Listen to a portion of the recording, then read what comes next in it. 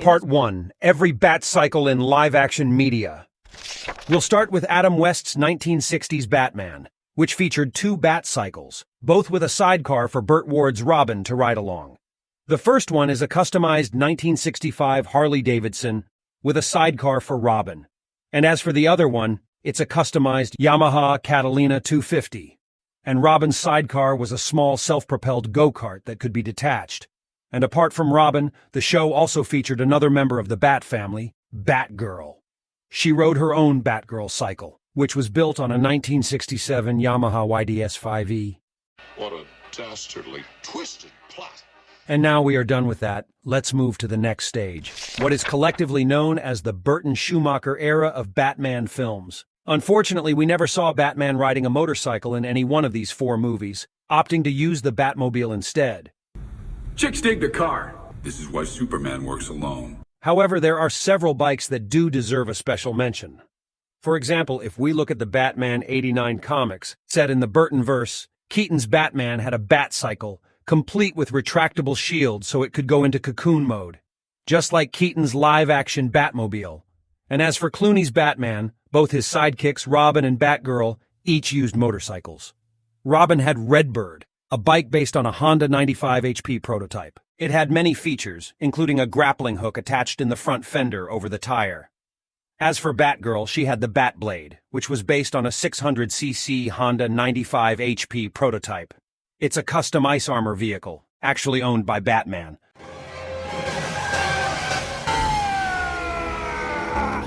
So now let's take a look at the Nolan Dark Knight movies, where we finally get to see actual Batman himself on a bike once again. Christian Bale's Batman had the iconic two-wheeled Batpod that was intended as a kind of escape pod integrated into the Tumbler, consisting of its front wheels and axle. And it is armed with dual front-mounted cannons, machine guns, and grappling hooks. So after the Tumbler was damaged beyond repair, Batman used the Batpod as his main ground vehicle, offering greater mobility at the cost of protection. It is his most flexible vehicle, with the wheels and chassis capable of rotating in multiple different directions. Similarly, and more recently, another high-tech Bat-cycle has been featured in the DCEU. The Flash movie shows Ben Affleck's Batman using a layered armor Bat-cycle, as its speed and maneuverability make it more practical for quick travel through the city, with Batfleck even wearing an armor-plated Batsuit for added protection. Among its many unique features are dual front wheels, retractable front shields, and side firearms, among many others. Now let's go back a bit and talk about Matt Reeves' Batman movie. Robert Pattinson's Bruce Wayne actually had two alter egos, which are Batman as well as the Drifter, with each one of them having their own unique motorcycle.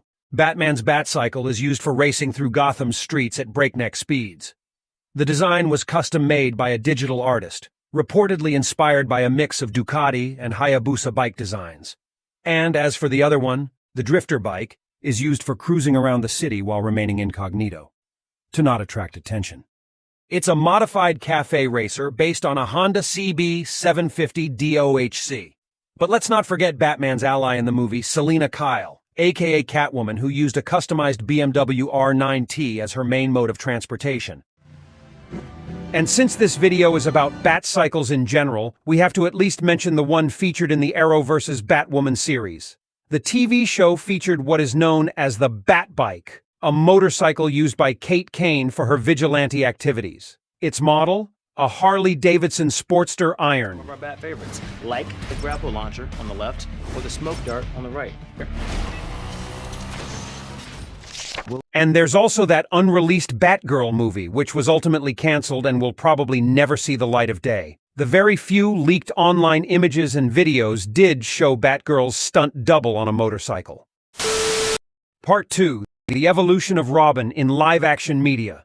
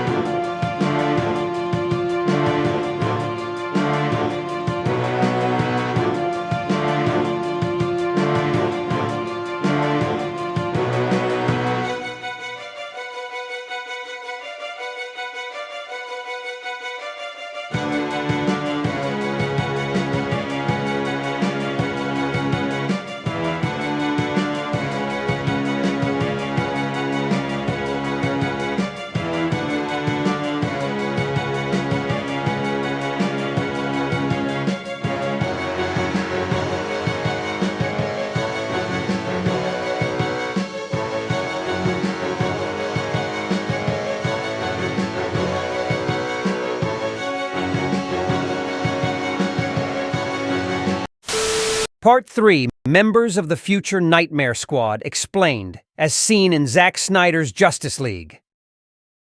The most interesting and out-of-place member would be Joker, showing how desperate Batman is to have to need him. But why, exactly? He's got long hair, gone are the tattoos, his makeup's a mess, and seems to be wearing an old-fashioned surgery gown, complete with a mask and gloves. On top of that, he wears a SWAT Kevlar, something he's done before in the past, but previously in full gear. The vest is full of badges that he collects as trophies from different departments and different cities, and not to forget Harley Quinn's gun. The other Batman nemesis on the team would be Slade Wilson, aka Deathstroke. His suit has changed to a worn-out camel pattern, and he seems to be carrying some kryptonite bullets, for obvious reasons, and underneath that mask, this cool-headed guy even had time to get a mohawk, despite the apocalypse and all. Now let's look at the hero side of the team. Leading them is Bruce Wayne, aka Batman, whose identity seems to be known by everyone at this point. His previous awesome tactical suit that we last saw has been downgraded back to his standard suit, but with a trench coat, sand goggles and scarf, more suited for the desert world he now lives in. And he's equipped with a custom assault rifle and handgun. Now Mira here is an interesting one. After her lover's death, she's probably now the Queen of Atlantis, or what's left of it maybe. She now wields King Atlan's legendary trident, although unlike Aquaman, she might not be able to utilize its full potential. And that large case probably contains water for her to waterbend in the dry wasteland that she's in, and she's angry all the time, wanting to avenge Arthur's death. Cyborg is one of the important members here, since his mother box related abilities are required to build the cosmic treadmill. He now covers himself with a tattered, hole-ridden cape instead of a nice Gotham City University hoodie. His hunchbacked appearance is due to carrying a machine gun on his back, with Cyborg's third arm carrying its ammo. As to why all of this isn't just concealed and packed inside his body, we can assume that he might have been wounded and isn't functioning as smoothly as he was before. And then there's Flash, probably the most important one, as he's the one to run on the cosmic treadmill and travel back in time. He's grown a thin moustache and wears an upgraded future armor that looks similar to the armored batsuit in BVS, and Snyder has confirmed that it was designed by Bruce Wayne, including the face shield so that Barry could smash through stuff without destroying his face, and the extra armor is necessary to withstand the whole time travel thing. Of course, there are other unnamed members alongside these six, much of them unnamed. Dead ones are Aquaman, Wonder Woman, and Harley Quinn. For Aquaman, he was defeated by Darkseid himself in an underwater fight, with Darkseid killing the King of Atlantis with his own weapon. Wonder Woman received the same fate and was given an ancient Greek funeral by the Amazonians. As for Harley Quinn, she died hating her former lover, and we are only assuming she was part of the insurgency as she died in Batman's arms. As for the Man of Steel, he's the one everyone is up against now. The grief from having Lois Lane killed caused him to be susceptible to Darkseid's mind control using the anti-life equation.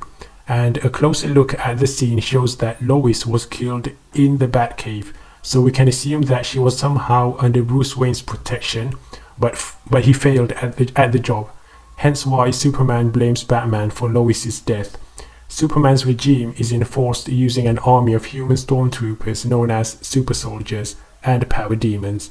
The so-called super soldiers are Superman's very own fascist sentries who bear his insignia on their uniform.